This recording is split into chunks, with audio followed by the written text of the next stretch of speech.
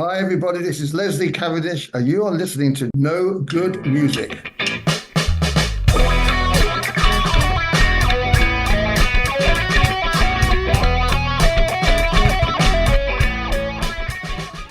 We have a special guest with us today. He's a hairstylist who worked with Vidal Sassoon in the 1960s in London.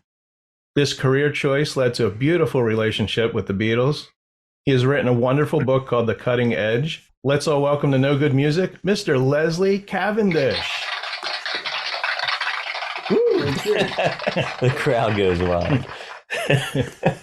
So, how are you, sir?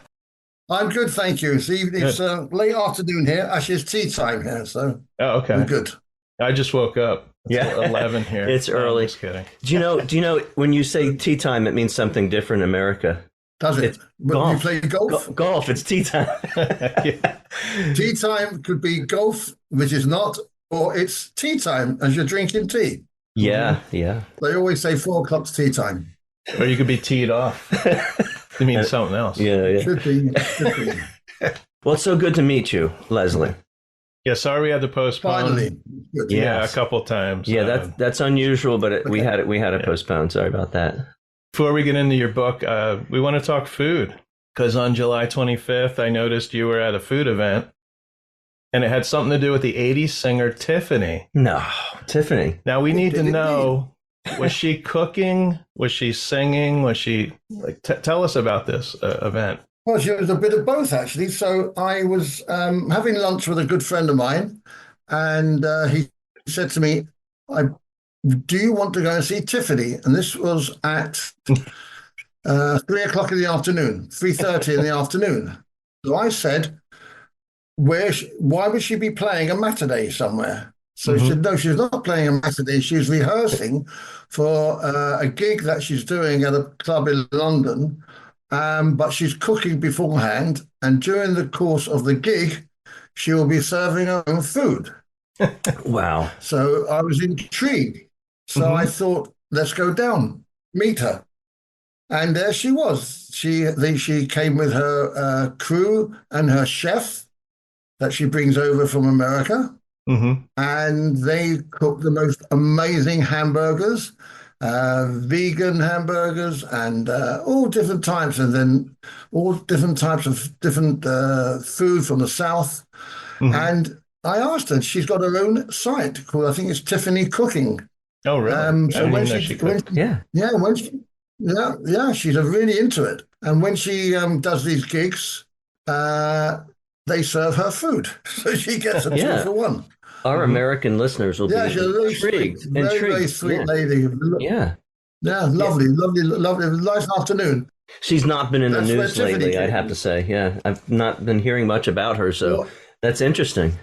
they do a lot of gigs. I don't know if they do this in America, but they do these sort of 60s to 70s gig, 80s to 90s gig, where you get people like at the moment there's a lot going on with Kim Wilde, Kim Wilde, yeah. and people. Kids in Yeah, she had a America. big hit in America.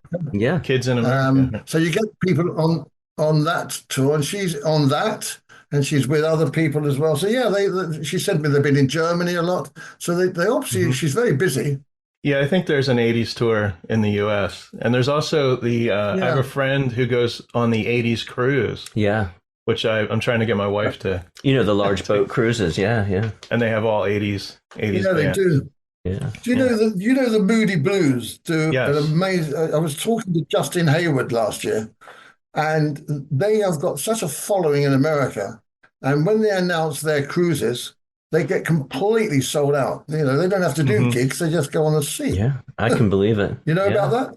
Yeah. Yeah. He just did a tour with, I want to say it was Christopher Cross. Yeah. It was him and another Yeah. person from around that time period. Yeah. Resurgence of the I think yacht it was an rock genre. acoustic tour. Oh, wow. Yeah. Jaywood does a lot of acoustic stuff, and I've seen him quite a few times in London. There's a lovely church here called the Union Chapel, which is in Islington, North London, and it is a beautiful old church. And funny enough, I saw the last performance of Steve Harley from Cockney Rebel Hmm. there. And Graham Nash, I've seen there loads of Hmm. times, and Ed Sheeran appears there occasionally when no one Okay. knows. So yes, Yeah. it's a good place. You have to Hmm. check that out. The Union what? Union The Church? Union Chapel, Union Okay. Chapel. Yeah, right. Chapel, it's a very good venue. We have Yeah. something like that in, I think it's northern New Jersey, Montclair, and Hmm. it's a church. It's an old church, and it's called Outpost in the Burbs. Yeah. They call it when they Yeah. have the concerts, but it's a functioning It's church. a beautiful venue. So when the Right. bands play, you sit in the pews. Some of the bands, like the Smithereens, they're a New Jersey band. Yeah. They're just a little too loud for.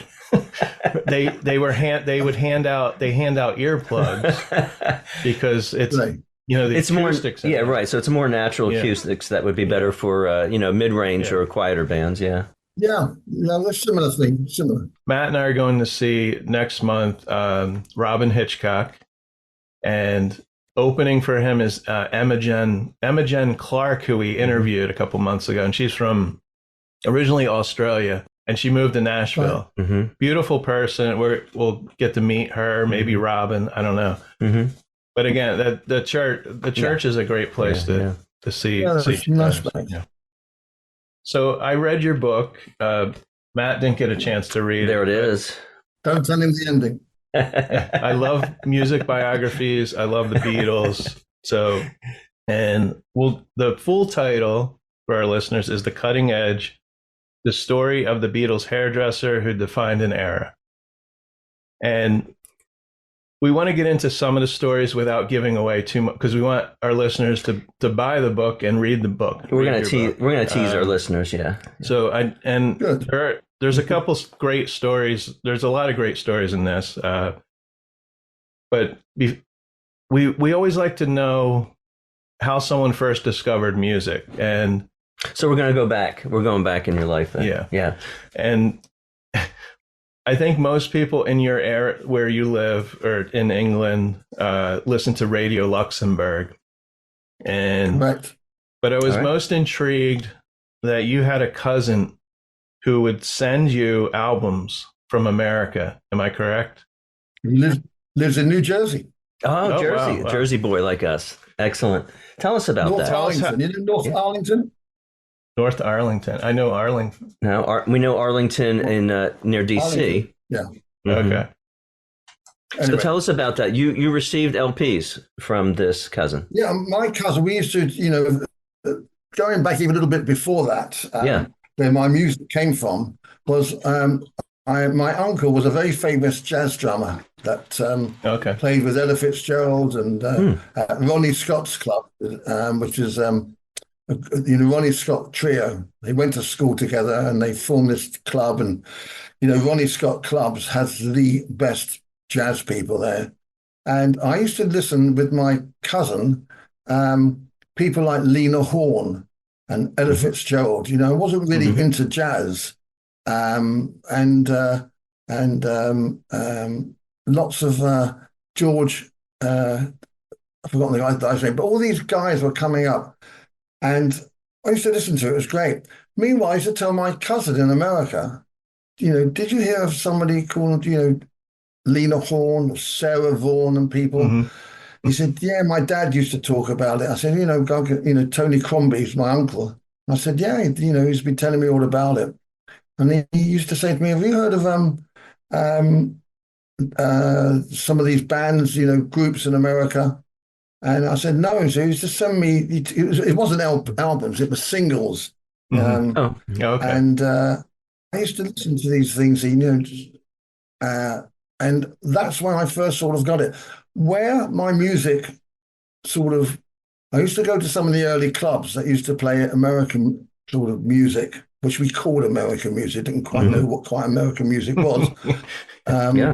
But it was the days of when you sort of listened to, I started, when I left school and I was at 15 and moved this on, I used to do a lot of the DJs who worked for Luxembourg, then moved to Radio One and whatever. And they used to give me all the demos that they used to get, like That's DJs. And they used to Yeah, it's listen to all the cutting music. edge new stuff. Yeah. Hmm. Yeah, yeah, exactly. Some were good, majority were not good. Some were, interesting. But one of the guys that my cousin said to me, there's a great band, because I love guitar. In another world, I would like to be Neil Young's guitar. Hmm. Yeah. I'd love to be Neil Young. Yeah. But, he got into Buffalo Springfield Hmm. and he turned me on to Buffalo Springfield. And that was one of the first time that I actually got into that type of music. Hmm. And I've been following them ever since, from Poco to, Niels Lofgren Hmm. and uh, all Bruce these incredible Springsteen. bands from there. So my music sort of was changing, and then you get into things like, are you a Deadhead? Yeah. Didn't know what a Yeah. Deadhead was. Yeah. Yeah, Yeah. you got Jerry Garcia. Everything was moved around guitar players like Jerry Hmm. Garcia and things. Yeah. And Hmm. then, of course, we had our own people here. Pete Townsend was a big Albert Lee and people like Hmm. that. So Yeah, I yeah, like. but my really first American record that I thought came out of the box. My uncle in 1956, you can check it out, had Hmm. one of the first rock and roll records that he Hmm. made called "Let It Rock." Hmm. Tony Crombie and the Rockets. So my uncle, being a jazz man, went to see Rock Around the Clock. And I remember Hmm. him coming home and said to his son, we were brought up like brothers. I said, I've just seen the most amazing film called Rock Around the Clock with Bill Haley and the Comets. Hmm. So he said, you know what? I'm going to make a record called Tony Crombie and the Rockets. And that is when I first heard the very first sounds of Hmm. American music. Wow. Otherwise, it was all Perry Como and all stuff my mum liked. So, Hmm. yeah, Right. And for our listeners, that's such a leap from Perry Como and stuff that was going on to this rock and roll. It's very correct. this cutting Absolutely. edge. Yeah. Again, for our listeners, when you're talking about getting that music, this was 45 single LPs, right? 45 small vinyl. Absolutely. Yeah. Yeah. Yeah. Those Yeah. small. Yeah. Well, they would have been easier to mail, Yeah. right, than albums. Hmm. Yes. Yeah. Oh, yeah. Yeah. Yeah. The albums, Yeah. the albums seemed to really come into it till, really late in the 60s with the Beatles and Hmm. things. I can picture one now that my mum had at home was, it was a beautiful album cover of South Pacific. Hmm. Yeah. The Yeah. show South Pacific. But if you Yeah. look at the actual album itself, it was lovely. There was no psychedelic. It was just all very sort I of nice music for shows and I things. think I Yeah. think I have that album Really?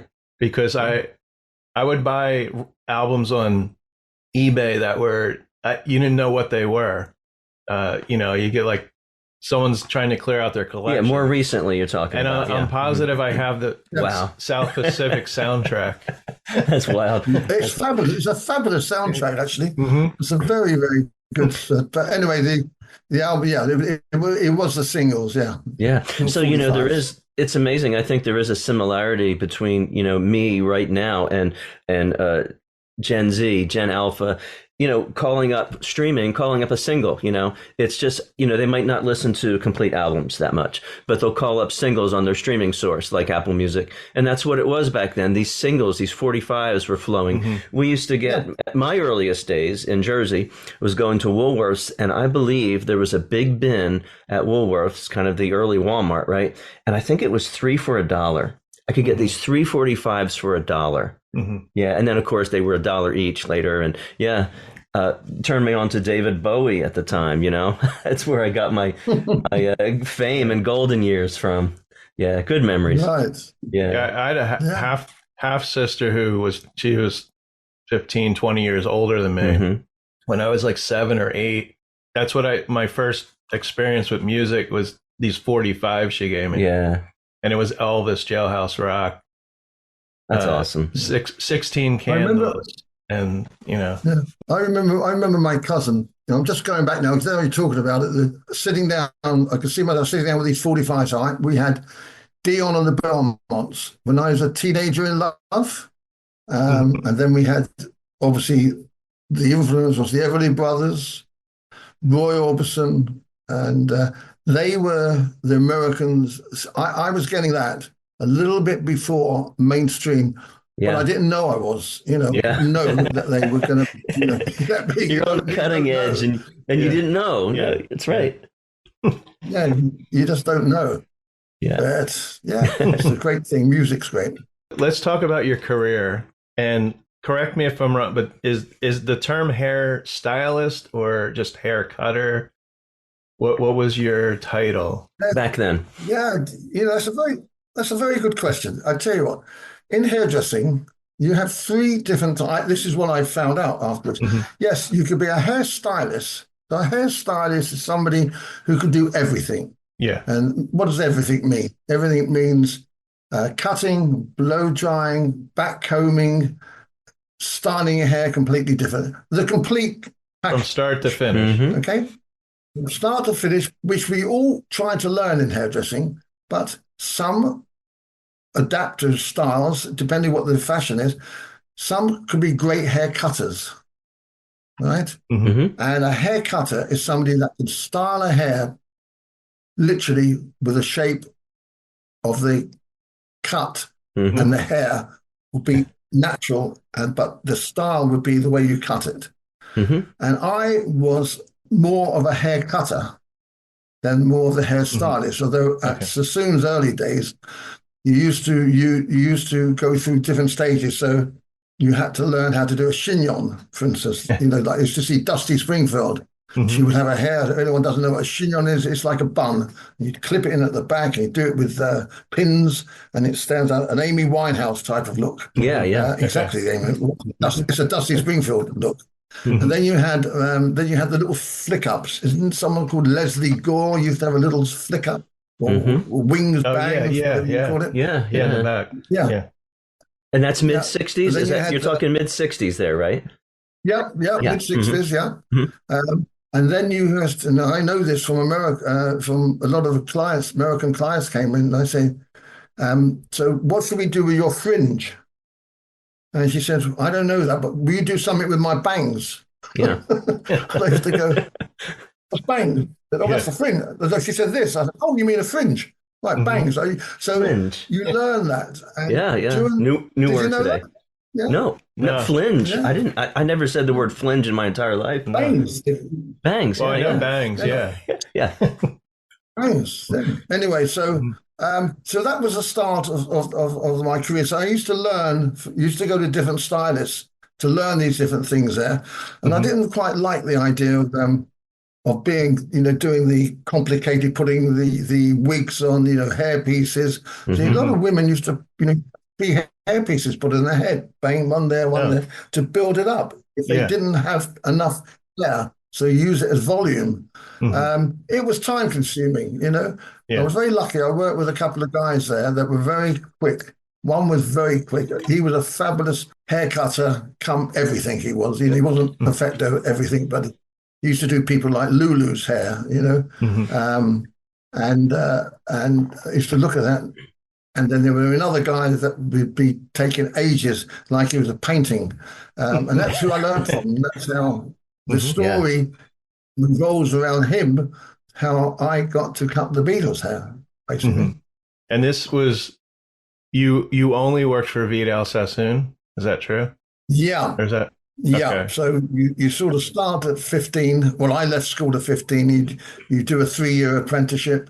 You go Okay. through the whole thing, and the time you nearly get to the end of it, you either good enough to work at Sassoon, which means that you end up being his what you call a junior, so Hmm. Hmm. you're really his assistant, or you get a certificate to say you've been Sassoon trained, go and get a job anywhere in the world. So Hmm. I was lucky enough to be his assistant, so I got to see all different people. Hence, you get to see people that you see on TV or you Yeah. see on the films, sort of the uncut version, literally, And I meaning heard, they got no makeup on, they got nothing, and then they suddenly wonders an hour later, an hour and a half later, and boom, this picture of Mia Farrow comes up. you got into this at age 15 is when you began your career there. Is that what you're saying? Yeah, And yeah. yeah. Yeah. I think When I for, was 15. yeah, that sounds so young. I mean, I'm just thinking about my kids and your kids, like, Hmm. or me at 15. Like, wow, 15. Yeah. Yeah, that's so young. It's That's a very awesome. thing. In England, you could have left school at 15, or you could Okay. study and go to college, university, and whatever. Right. But we had, which is which is a big political debate at the moment here. We had apprenticeships. So, Hmm. you could be you go and study to be a trade. Today Yeah. you go and study to be an electrician or carpenter or whatever. It's a fantastic business. People need it. But we had a 3-year period. So 15, 18, 18 years old, I'm qualified. Well, I'm on the road. I'm an Hmm. official stylist, and now I've got to work it out how it all works and be a Hmm. professional with it. But Yeah. to go if I'd gone to university and then come out, a lot of people go to universities and gap years they have, and at 22, 23, they've had no work experience, but they may be very brainy. But Hmm. actually Yeah. dealing with the public and dealing with a one-on-one, it all depends. But that's the route I went to anyway. I didn't want to do the Yeah. study. The US, Basically. the US and our culture is just getting into that or getting into that again. There is a big shift right now. I'm not sure if you're aware of it. A big shift, and just in recent years, the shift has gone from everybody's going to college. That's the good thing, to back to the trades. And I'm It's feeling happening that here as well. it's happening. It's been happening for just Hmm. 3 years. Couple years Yeah. to 5 years in the U.S. and seeing the value again. And I'm not sure if you're aware of that or what even people in the UK are thinking about that. Not that they care about what's happening in the U.S. as far as vocations, but it's happening. And these people are going back Yeah. to trades, like you said, the plumbing, the electrical, and other Yeah. trades. So anyway, fascinating. Yeah. Yeah. Hmm. Yeah. One story, and probably what I'm going to ask is tell us, and this is in the book, but I want you to tell our listeners how you first met Paul McCartney, like the first time you cut Paul McCartney's hair. So the very first time. So eventually, just to backtrack just slightly, Okay. I Okay. was watching one of the stars used to do Jane Asher, Hmm. who was Paul's girlfriend, who ended up being fiance. But one of the things that Vidal taught us was always sort of keep quiet. Don't ask too Hmm. many questions. Always respect them as a client. If they want Hmm. to talk, fine. So obviously, we all knew who Jane Asher was. Yeah. Pictures in the paper with Paul going here. So, but you never sort of said, "How's Paul?" You never mentioned Hmm. anything. She Hmm. wanted to talk, that would be fine. She never ever spoke about the Beatles, Paul, nothing. So you Hmm. just carried on. And then when I became a stylist, the situation came about that the guy that used to do her hair couldn't do it. And on 3 occasions, he couldn't do it. She was quite upset. The receptionist said to me, Jane is very upset. This guy, the stylist, her stylist can't do it. Will you do it? Yeah. So she's sitting No, in the no, chair. wait. I go Was through that? normal. I'm Sorry. sorry. Was that a guy that worked at Vidal Sassoon, or was this Yep. else? And was his name No, this is Roger? a guy. His name was Roger. You've got it. And Okay. Okay. yeah, and he was the artistic director of Vidal Sassoon. He taught me. He taught me a lot. But his biggest problem was he was so slow. So Hmm. he was running always late, and Yeah. he just didn't have time to do Jane's hair, which is a really stupid thing to do. So you would have only taken in 15 minutes. You would have got someone to shampoo it, and you go through the hand dryer. Hmm. Anyway, he Yeah. didn't. Luckily, and so I was doing a hair, and I finished it.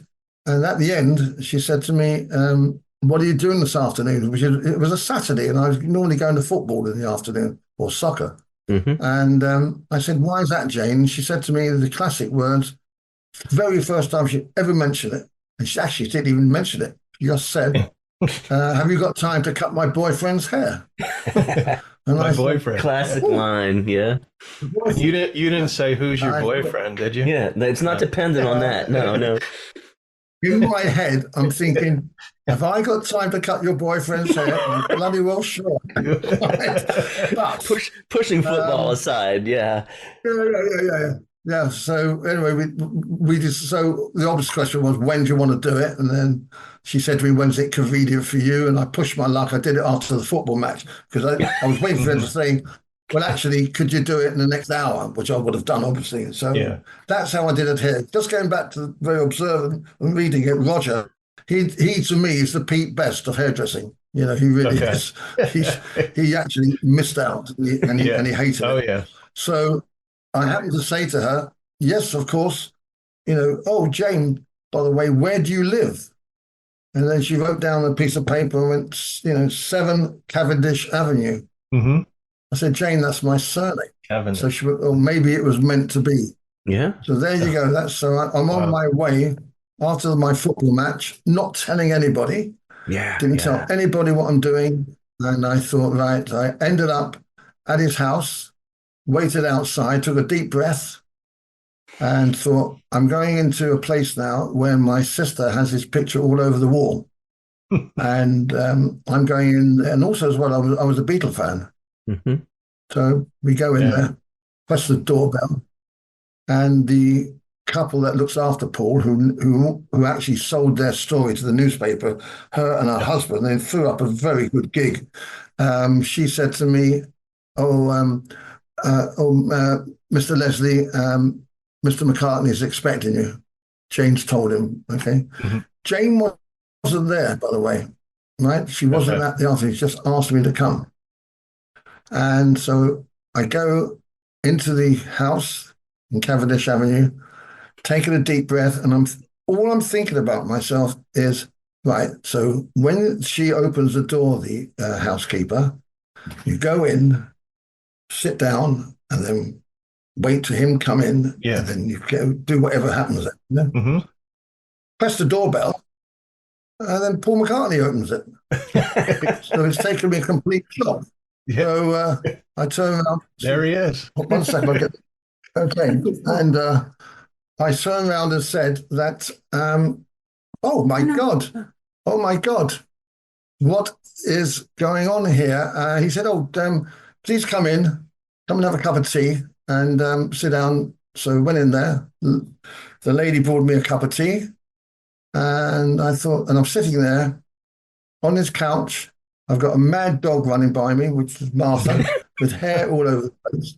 Martha, my There's a dear. Yes. psychedelic piano there.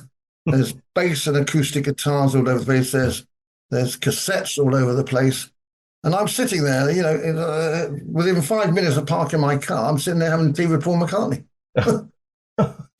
You're like, Yeah. And the weirdest how am thing I is, here?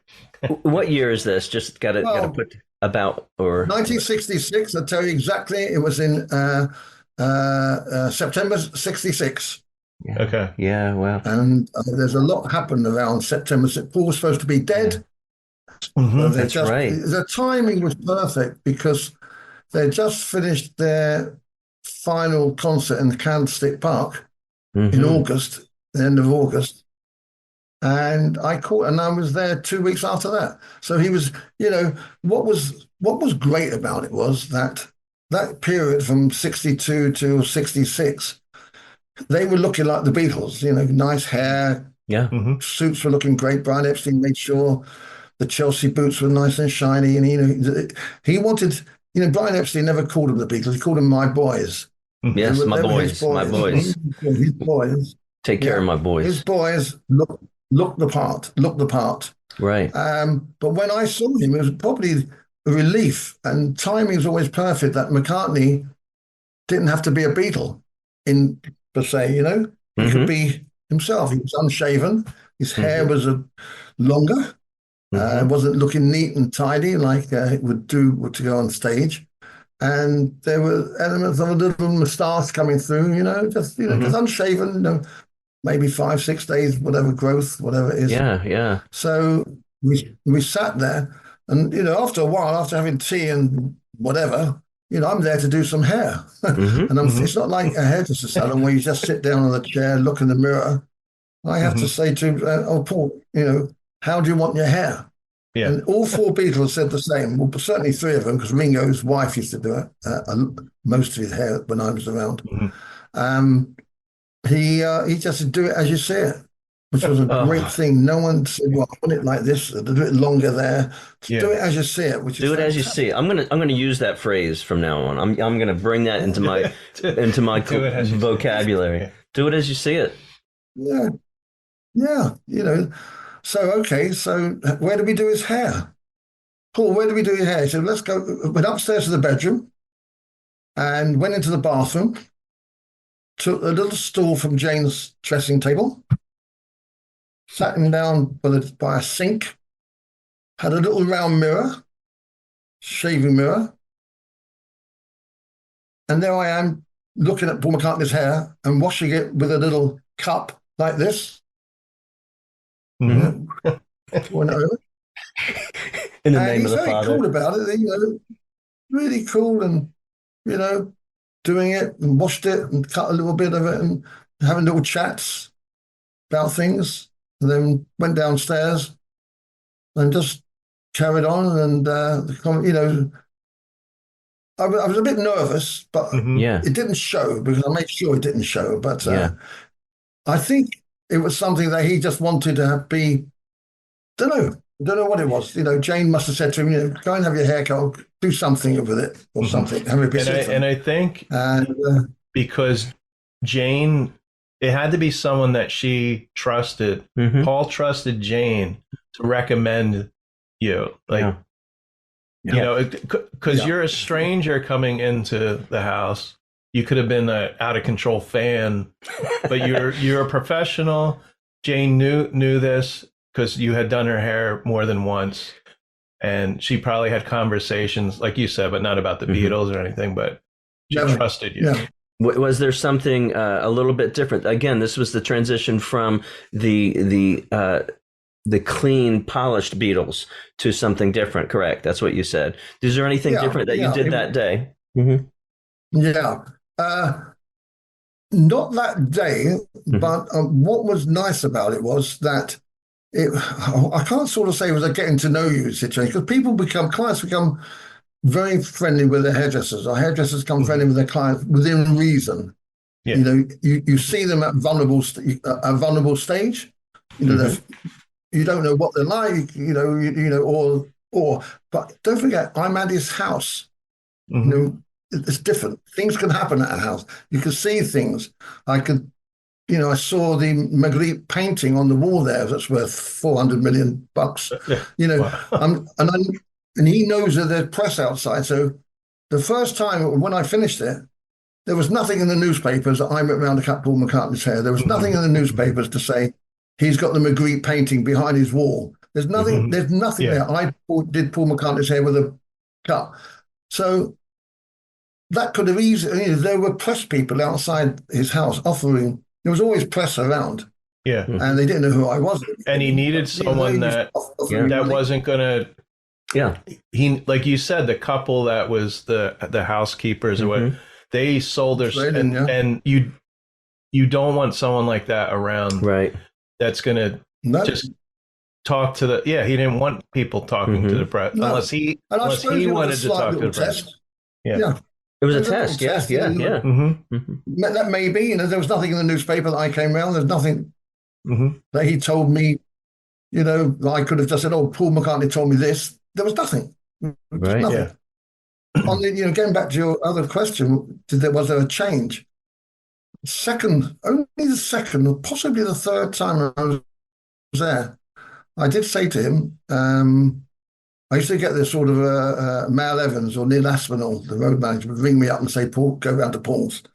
Right. But this time, Jane is working on a film with Michael Caine. She's working down in Bristol.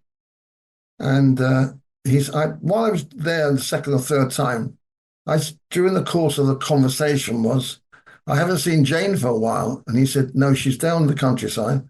We're filming. And I said, now you're not sort of out on the road anymore. Are you going to go down and see her? And he said, well, I can't do that because the press will be there. And they'll take it all away from Jane. They'll ask me about the Beatles. We're going to do another concert. Mm-hmm. Basically, the answer is no. Okay. And I'm casually just doing the hair. I'm not interviewing him. Yeah. I said, what a shame. And I said, so when she finishes, can you go on a nice holiday together? Be nice. Just chit chat. That's all it is. It's a little small chit chat. Mm-hmm. And he said, no, I can't do that. And by this time, I've got his hair wet and it's all off his face. And I just said, what a shame. And he said, yeah. I said, why don't you go in disguise? And he said to me, I don't know why I said that, but he just said, how? Yeah. Yeah. Yeah. And I had his hair in my hand. And I just said, why don't I cut all your hair off? Yeah. And he looked at me, and I'm looking at him in the mirror saying this.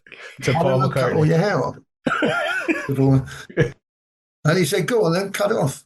Go ahead then. So I did. Okay. I cut it that short. Oh, that's awesome. Mhm. That is awesome. He was unshaven and a bit of moustache. I left. He didn't go, oh my God, what have you done? My biggest fear Yes. was Brian Epstein would do a deal in America, It was a photo and shoot or he something, would right? say, we've been offered $1 billion to appear next week at Shea Yes, Stadium. yes. And there's Paul McCartney. with Yeah, the yeah. haircut. And all the other The other Beatles have All the others got long hair. unmatched, right? They'd be unmatched. Yeah. Nothing happened.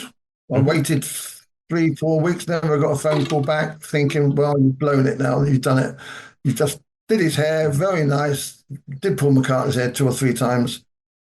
I pick up the newspaper, and there's a great big picture of him coming back from Nairobi in Kenya with Jane Asher on his arm, Mal Evans by his side, come back from holiday. Yeah, like that. And great. The press said, Paul, you've been away. No one knew you were away. You're in disguise. And they said to him, who cut your hair? What happened to your hair? And Mal Evans, bless him, said, oh, his barber, Leslie Cavendish, did it. Thank you very much, Mal Evans. So that is how it first came about. I imagine going back to what you were saying before, can you be trusted? Can you imagine me going to a newspaper saying, you ain't going to believe this, but I've just cut Paul McCartney's hair. And he's traveling. He's heading south. Yeah. Nothing. So Right. that was a good, that was a change, and then it went on to Sergeant Pepper, didn't it? Mhm. That look. Yeah. That's a great life And lesson for everyone. It's a great lesson on integrity. Mhm. It really is. And I would imagine the people that were closest to the Beatles, they had their own. It was like a family, sort of. I was the only Londoner, don't forget. All the other guys were from Liverpool. They probably thought in the beginning, who the hell is this guy? This Londoner boy, what's he know? Yeah. But as it was, if you got the stamp of approval from Jane Asher, who then gave it to Paul, and Paul being who he is, I was allowed to. One of the things is that I always said to myself, don't ask for his autograph. Mhm. Don't even dream about picking up any of his hair. But I do want to get something out of this, So I did, when we used to talk, lots of things, I'll tell you in a minute. But I said to him, Paul, is there any chance we're going to watch you record or rehearse? Mm-hmm. And he said, yeah. So I went many times to Abbey Road, which was EMI Studios at the time, a fabulous place called Trident Studios, where they recorded Hey Jude and places, even down to Olympic Studios with John and Yoko. So it traveled. Mm-hmm. So that was my bonus of doing it. But there's also times that amazing that you were there. Yeah, that's awesome. These albums that we know so well. So what albums were you there? Were you there for the White Album or? Well, you say that, what album? So I remember one of the first times I went to Studio 2. It was a bit of a hassle to get in there, but because the guy wouldn't let me in to start with, Mm-hmm. I remember I got the invitation for Paul McCartney. Oh yeah, mate, yeah. Mel Evans came and asked me he said to come in. He's okay. Mm-hmm. And I can remember going into a Studio 2, which is a great big studio at EMI, and there was Paul conducting. There was an orchestra there. I got no idea. Wow. I don't know what's going on. Yeah. Wow. Surprise. Yeah. I found out that was the rehearsal for Day in the Life. Yeah. It was amazing. Wow. Then there were lots of other things, and rehearsing and what I wanted to see the interaction between them. So at the time, because EMI was a 4-track studio, they had Ringo on the drums, and they had different booths. John, George, and Ringo. They weren't all there at the same time. They was there when George and Paul, Ringo wasn't there. There'd be time when John wasn't there, or be a time when all 4 of them were there. Mm-hmm. And what I found fascinating, I remember being in the engineer's room. There was George Martin, Jeff Emerick. I was sitting there, and they were rehearsing down underneath there, looking through this great big glass booth, overlooking them. The next minute, they said, George Martin was tweaking something, Hmm. or Jeff Emmett was tweaking something. And they were shouting up through the mics, oh, make it a bit louder or softer or whatever. Next thing, Paul came running up into the room and started touching the knobs himself. Uh-huh. And I remember Jeff Emmett said, oh, hold on, basically, that's my job. He said, what happens if you do this? That is when I realized, my God, these guys are hands-on. They're not just sitting there waiting for the producer or engineer to do it. They're asking them, they're doing things themselves, what they want to do. And that's how it all sort of, that was fascinating to watch all that. Mm-hmm. That was it, really interesting. So that was my sort of lottery ticket.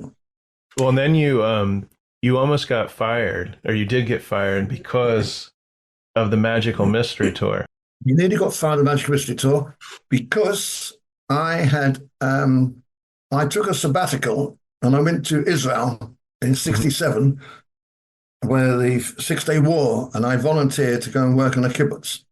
Oh. So, and I said to Sassoon, is it okay if I go and basically when I get my job back? Well, as Sassoon did that himself in 1948, he said, no problem. Mm-hmm. So I'd been back, started working, and Mr. Roger still never forgave me for cutting Paul McCartney's hair or even the Beatles. He never forgave me for it. He used to give me quite a hard time. And Paul McCartney, about a couple of weeks after I came back, or whatever, said to me, we're going, well, I'll tell you exactly what it was, actually. It was 3 weeks after Brian Epstein died. So that's August '67, isn't it? And I went over there, offered my condolences and everything there. And then he said, look, in 3 weeks' time, we're going to go, I've got this coach, we've got this journey to do. Brian would have approved, the show must go on. And would you like to, we'd like you to come away and do our hair at the same time, but be a passenger on the coach. Oh, well, you're going to turn that down, you're joking. Like me to be on a coach with all 4 Beatles, you've got to be kidding, man. Yeah, of course. And how am I going to tell Roger? He wouldn't let me go.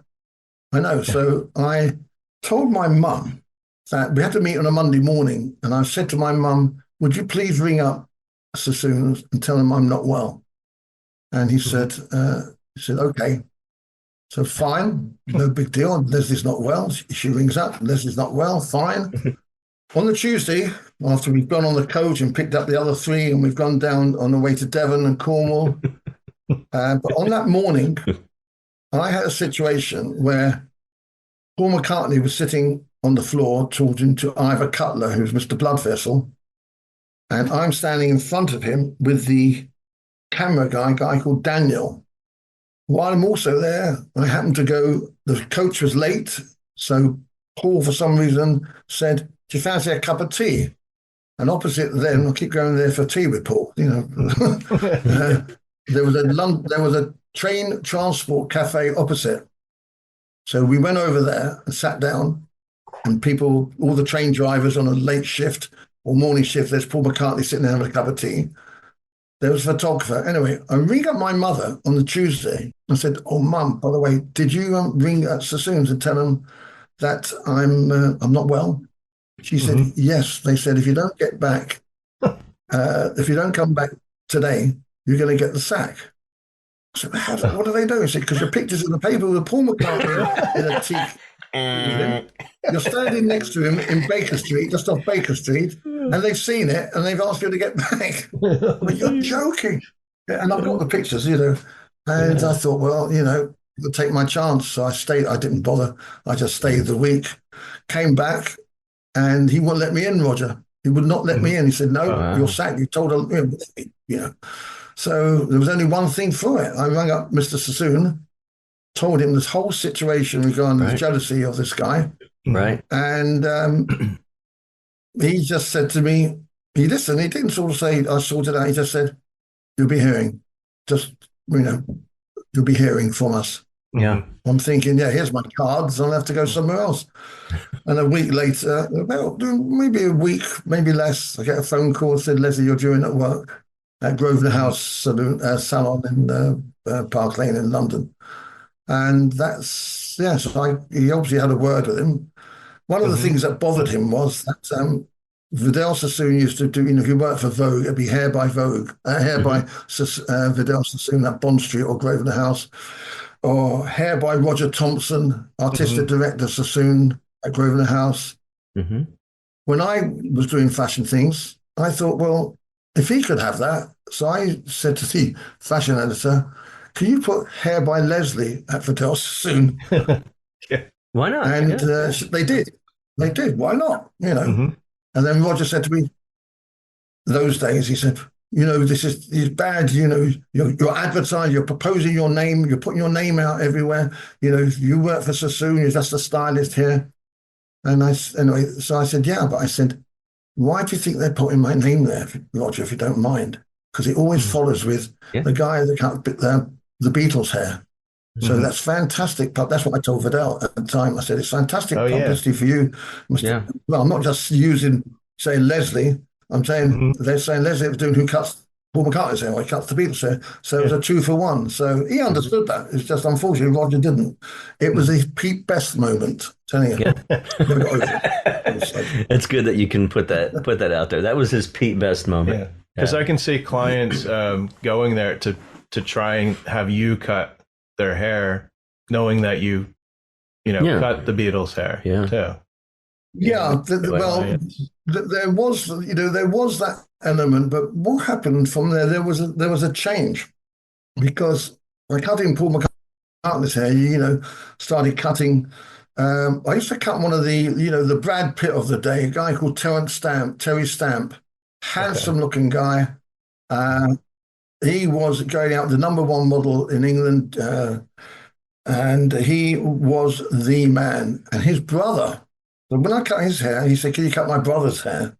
And I said, yeah, of course you do. So I started cutting men's hair. But you've got to remember, men and women those days did not have their hair cut together. I had to go upstairs and do it at 6 o'clock after work. And there wasn't unisex. And he came in and talking to him. And I said, oh, hi. I said, what do you do? And he said, oh, I manage bands. So I said, oh, any bands in particular? He said, I've got one at the moment, The Who. I said, The Who? What'd you say? He went, no, they're called The Who. The Who? Honestly. And I went, oh, The Who. I've heard I had another guy, he was the manager of the Yes. And I said, yes, what? I said, no, the band's called Yes.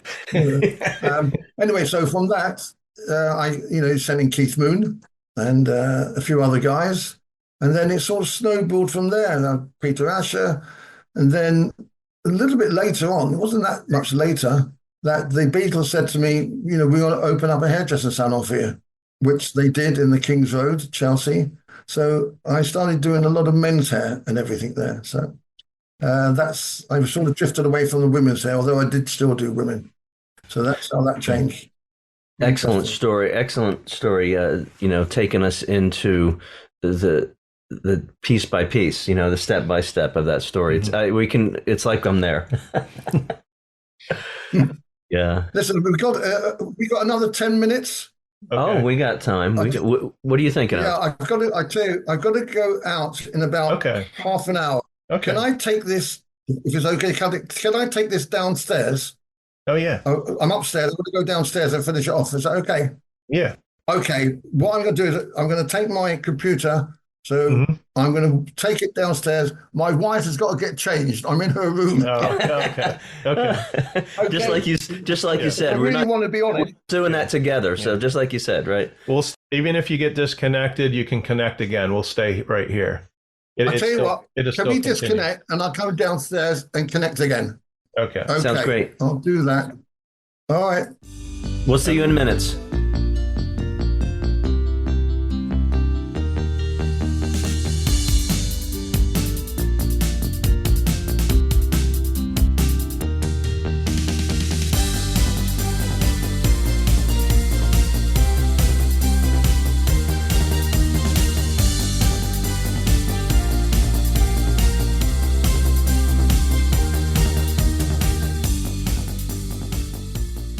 We're back in business. Carry on. Were you finishing a thought, or does Rob go back to Rob here? No, where we were doing was my picture getting the sack and then getting back to Sassoon. Okay. That's where we were. That's exactly what happened. Oh yeah, then the Beatles opened up a salon for me, and so that's when I used to do a lot of the, men's. I went on more to the men's. There was the DJs used to come in. Hence, I used to get all these records coming. Getting back to the music, where the music came from. Yeah, and it was going to that salon. I mean, what the Beatles wanted to do at the time, they wanted to expand their empire, which was a stupid thing to do because they weren't very good managing their money, unfortunately. And the expenses going out and the taxes being paid. So they went on to Apple Films, which is great. I did Ringo's hair for the Magic Christian with Peter Sellers and Michael Wash. Then they did Apple Electronics, a guy called Magic Alex, who was the biggest con merchant the Apple ever. Yeah, he's in the book. He is. I was on the Magical Mystery Tour with him. Not the nicest of guys. He's probably the only one that wasn't nice. And then we had Apple Clothing. So they opened a shop up in Baker Street, which was fine. And then there was a shop in the King's Road called Dandy Fashions. It's a fascinating history behind this. It was by a guy called John Crittall. And he worked for an aristocrat guy who had a shop called Granny Takes a Trip, which was down in the King's Road, right? Great name, isn't it? Granny Takes a Trip. That's funny. Yeah. Yeah. And he left him and he opened a shop called Dandy Fashions where he used to do George Harrison's. John sort of started we call it at the time the Peacock Revolution. And the Peacock Revolution was that guys could wear colorful clothes. They could be a bit flamboyant. Have frilly shirts. And that was all new. Yeah, for our listeners who are young, that was all new. This was something radical. Yeah. This was radical. Yeah. And Brian Jones of the Stones, you see all the jackets he wears. John Crittall, Dandy Fashion. George Harrison, Jimi Hendrix. They changed the name to Apple Tailoring, and I had the basement of the shop, which was my hairdresser's studio, and upstairs is where they sold the clothes. And there was a little section downstairs where the material, at the time, all velvets all around. Must have been 100 different colors of velvet. And when I was, when I wasn't doing a client, people like Rod Stewart would come down, Brian Jones would come down, all these people coming down, getting measured up. And one of the funniest stories ever, so I was there, and Jimi Hendrix came down. That's awesome. And I never did his hair, by the way, but a little chat with him. Oh, man, I like your hair, Yeah, that would be different. Very different for you, yeah. Let it go. Yeah, but, it was still good. But he didn't start it that way. He just let it grow. It was the beginning of the Afro cut or look. And he's being measured by this guy, John Crittall. The arms, and the jacket's going on. He's taking the pin out. I just watched it. I was quite fascinated to watch a master sort of tailor at work. Right. And when he finishes, he said to Jimmy, he said, "Well, how was that?" He said, "Yeah, man, it looks really great, really great." And he said, "Do you need anything else?" He said, "Yeah, I'd like this jacket in all those colors." All those colors. One jacket, right? Yeah. One jacket, all those colors? One jacket look. Okay. In 100 different types of velvet. Wow. You look at Jimi Hendrix's clothes, look at Brian Jones's clothes, and you'll see velvet, amber color, I yellow. can picture that. I've got a photo of myself at my sister's wedding. I'm wearing a chocolate brown velvet jacket, a velvet suit. And I used to go around with an apple green jacket, velvet jacket. Nice. And it was a great name. It was called the Peacock Fashion. It was a great description. Because you remember there was and I talk about it a lot of grey skies. The sky was grey until the Beatles really came along and added colour, not only to their music and their albums, but to clothes and fashion. Sassoon made it colourful. You know, you had and Mary Font with the miniskirt and the fashion that went on, and it all just happened to click in 66, 67 with the Beatles and Britain, Great Britain. Hence, Time magazine always talked about swing in London. You know, why? You know, one of the great big differences is that in America, and this is where John Lennon really sort of took notes, that if he was playing to people in Europe, the UK, people my age, 18, 19, 20, younger people, young girls, young boys, he's going to America, and because the Beatles could not go out onto the road to restaurants because they'd be mobbed, they used to sit and watch TV, and all was watching on TV was body bags coming back from Vietnam. Right. And he's realizing that audience that they're performing to in Europe and the UK, that audience in America, some of those people would be coming back in body bags, which changed. So you couldn't have long hair. You couldn't walk around with the freedom that we had, you know, or Europe had, except for the Iron Curtain. So it was a great big difference. And that was why London became a focal point of change, sort of a cultural revolution. Right. You're saying at the time, because of the Vietnam War, you're making a political statement with your hair.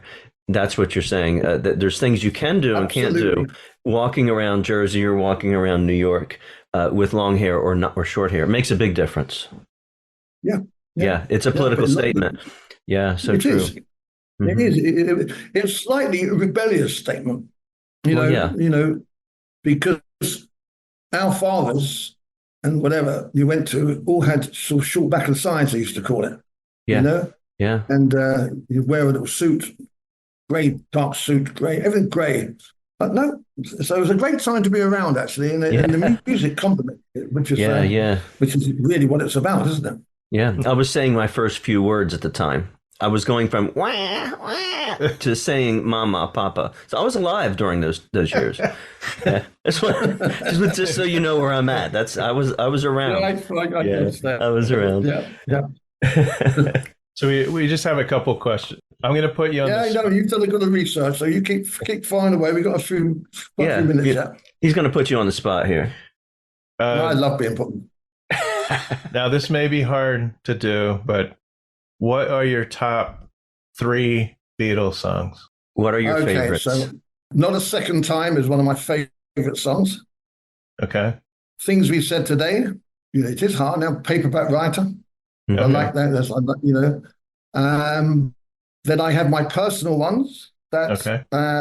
Again, when I used to sit there with Paul and ask him, I couldn't talk to him about sport because they weren't really interested for some reason or another. Liverpool were the kings of soccer. Yeah, they're into other things like music. Yeah. So you know, what I'm thinking to myself, well, what do I sort of think that maybe he'll like to talk about? Right. And he said to me, so I said to him, you know, oh, have you written anything lately? Oh, yeah, you know, that's, of course I've written something lately. You know, and I said, well, then, you know, he said, what do you think of this?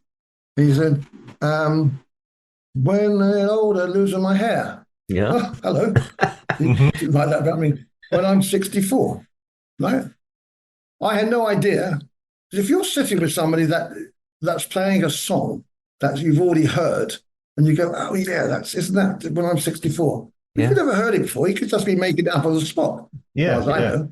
Yeah. He's talking about my hair. I know because I do hair, but it's nothing because he wrote that song well before me. But I don't know this. Yeah, right. So I hear that song.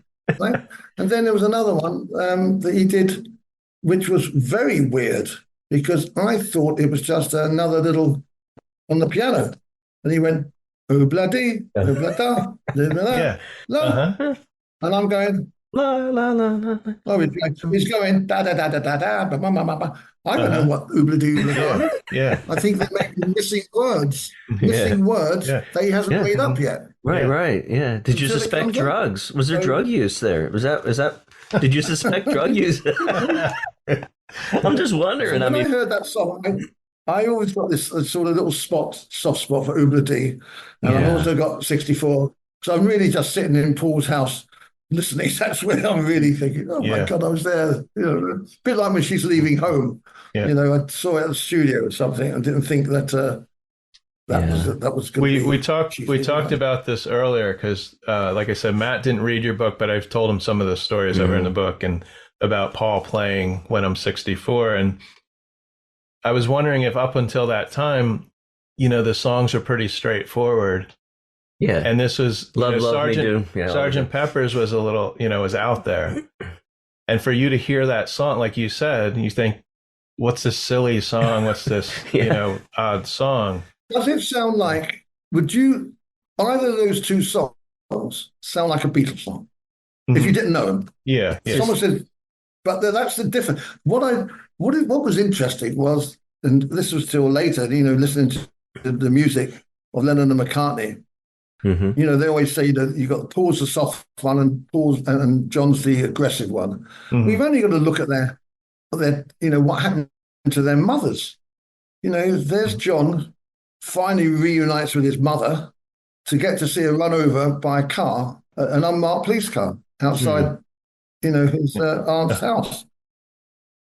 So the trauma of that. So you can see when he sings "Mama," Mm-hmm. Yeah. Listen to Paul when his mother Julia died of cancer. I think the softness there. So there's a very sort of interesting way they express, and that is why they're so good. The two of them gelled. When people say, "Well, you could tell that's Paul's song," well, that's John's song. You know what? He may have added that one little bit, either of them, which makes it a Lennon and McCartney. So when people say like Yesterday, I don't know if Lennon had any input into Yesterday. I got no idea, but maybe he did add something. You can't. Who knows? It's fascinating to be around somebody. When you're talking about people like Mozart, Beethoven, Chopin, Schubert, Mendelssohn, all these people. You're talking about them years and hundreds of years later. You know what? We did this conversation in 100 years' time. So we'll say, yeah, those days of Lennon and McCartney and Beethoven and Mozart, we're very lucky that you're in that era of songwriting. And I can't think, unless you can tell me any different, Bob Dylan. Dylan is another one that will name, a Dylan. Would you take someone in the Outer Hebrides and say to someone, and do you know the thing of Jagger and Richards? No. What about Lennon and McCartney? Oh, yeah, Lennon and McCartney. Yeah. That's to me, unless someone can tell me any difference, it's a very rare thing that this era of music has happened. Yeah, sure. Later on, will people be playing Eminem songs who I happen to love? I don't know. It's just it's a weird era to be in when two people as famous. It wasn't just one of them; it was two of them. Yeah, incredible. Right. It's almost to me. It's almost like their songwriting. Every second of it was magical. There was something special and magical happening when they were writing. Yeah. I mean, When I'm 64 was written by Paul when he was 15 years old. Yeah. Right. Yeah. It's about his father, and I love her. She loves you. I want to hold your hand. Mm-hmm. Where do you get that emotion at 14, 15, 16, 17? What trauma have you been through? You normally have to go through divorces, cost you loads of money to start talking about those things. Right. That's the words. That's the words and thoughts of someone, like you just said, with those experiences at 30 and 40. Yeah, it's not happening. I remember when I was in my teens and early 20s, I wasn't able to write anything like that. Even one poem. Yeah, it's the actual emotion of love and being hurt. Mm-hmm. It's quite amazing. I'm just, sometimes you think these songs are written when they're, they really made it. No, they wrote it when they were very young. I find it fascinating. I was a groomsman in my friend's wedding, outdoor wedding down in Virginia, Chesapeake, Virginia. And his recessional was, "Will you still Need Me, Will You Still Feed Me When I'm 64? You know, that's the recessional song. You know, so here he is, you know, he's 28 years old. He's going to be 64 soon. So he's going to have to ask his wife that question. You know, it's right there. There it is, you know, from age 28 to 64. It's a great wedding recessional song. Amazing, yes. Yes. And those were the days, my friend, which he didn't write, but there's another one. I remember, I'm not sure if I wrote this in my book. I'm sure I did. That I was at Trident Studios, and Paul was there with Mary Hopkins, and Mary Hopkins' song, Those Were the Days. And I think it's a French song that Paul put the lyrics to. And I overheard him say, it would be great if we want, I think Mary Hopkins said, or Paul said, why don't we do the song in Hebrew? Because it's a great sort of da da da da da da da da, you know. And I had an Israeli girlfriend at the time, and I said, I know someone, Paul, that could translate the words into Hebrew. And I was very difficult situation thinking, imagine saying to your girlfriend, listen, I want to take you somewhere. Somebody wants some translation done into Hebrew. Is that okay? She said, yeah, that's fine. Yeah, but the person that actually wants it done is Paul McCartney. What? I said, yes. Yeah. You see Paul McCartney, please don't start pulling his hair out and screaming, for Christ's sake. And, you know, I remember going down there and somehow or another, I don't know if the words were translated to Hebrew. For whether they used it or not, I got no idea. But it just made me laugh, you know, little things like that. Love the book. Our listeners, if they want to find your book, you have your website. It's www.beatleshairdresser.com. Yeah. And we also get it on www.beatlesbookstore. Okay, beatlesbookstore.com. Yeah. And if you ever want to do a part 2, I'm around. We could talk all day about we could talk about the Vietnam War. We could talk about drugs. And you know, next time we can talk about the difference between being a Londoner and then being where the Beatles are from. I'd be interested in that next time. Yeah. No, we'll definitely talk happy again. to do it. Yeah. It was a pleasure meeting you virtually, and hope to talk again. Yeah. Thank you so much for your time. Let me know if you want to do it. Let me know, and very happy to do a part 2. Okay. And I'll put an hour down. We're rushing out to that. Yeah. It goes somewhere. And I'll also tell you about the stories about the Paul is dead story, but save that to next time. Yeah. All right, we got stuff for part 2. We do. Yeah, Paul is dead. Have a great rest of the day. Thank you. You too. Yeah. Have a lovely day. Yeah. You've been listening to No Good Music. Today's interview was produced and edited by Rob J. Lilly and recorded via Zoom at the Did You Say 7 Studios in Washington, New Jersey. You can find No Good Music on Apple Podcasts, Podbean, Spotify, Pandora, and almost anywhere you listen to podcasts. Intro and exit music by the band 99%.